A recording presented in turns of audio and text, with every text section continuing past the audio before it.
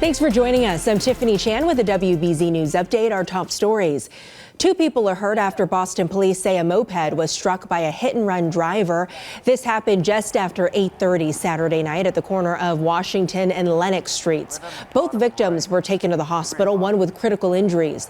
The street was shut down for quite a while police scoured the scene for evidence. No word on the description of the vehicle that took off. Rhode Island officials are now confirming the state's first case of measles since 2013. They say it was detected in an unvaccinated child who had recently traveled internationally.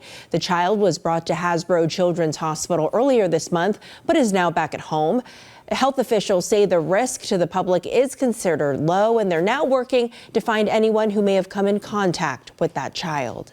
A Connecticut man will face charges here in Massachusetts after he allegedly stole a fire department vehicle and stopped drivers along I-91. Police say they got reports of a marked Windsor, Connecticut Fire Department pickup truck conducting suspicious stops in Northampton yesterday. Police found the vehicle in Deerfield, where Christian Avery of Windsor was arrested.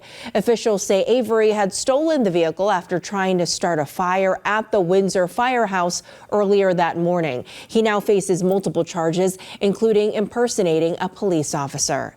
Now let's get a check of the forecast with meteorologist Lexi O'Connor. Hi, Lexi.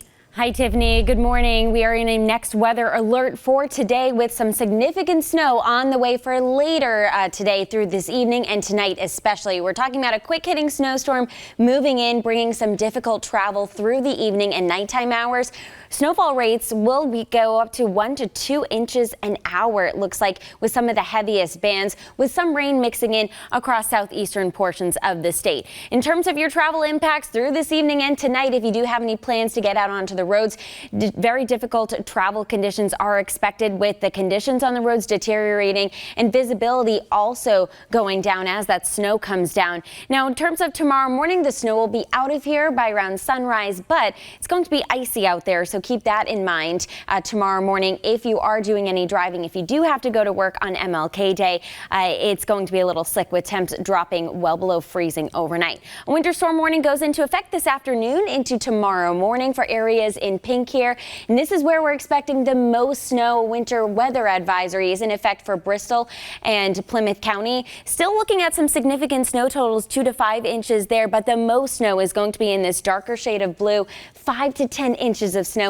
is expected, and that does include Boston and Norfolk County. Now, as you head farther to the south and east, we'll get some mixing, so lighter amounts towards Cape Cod and the islands, just a coating to up to 2 inches. Some sun this morning will give way to clouds this afternoon, followed by that snow. You might see it start as a little bit of rain, with temperatures climbing into the upper 30s and low 40s this afternoon.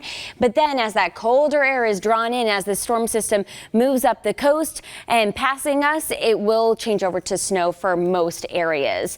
Now, it's a pretty quick hitting storm, so overnight tonight it moves out. After midnight it starts to move off to our northeast, and we'll be looking at sunshine returning for Monday. So here's a closer look at the timing. Starting first around 3 o'clock for western Mass and Connecticut, and then as we head into the evening hours, the snow continues to spread north and east. So between 4 and 6 o'clock this evening, we'll have that snow developing in central and eastern Massachusetts. Again, could start with a little bit of rain, but then expecting a flip over to snow. And through the evening and nighttime hours, that's when we could see the heaviest snow, and expecting that heaviest snow with snowfall rates as high as 1 to 2 inches per hour. Wraps up pretty quickly after midnight, 3 o'clock. You can see it tapers off to just some snow showers, with the sun returning for Martin Luther King Jr. Day, but it's going to be cold. Overnight lows tonight drop down into the teens, so watch for slick spots and ice on any untreated walkways and roadways, and highs tomorrow will just be getting into the mid-20s.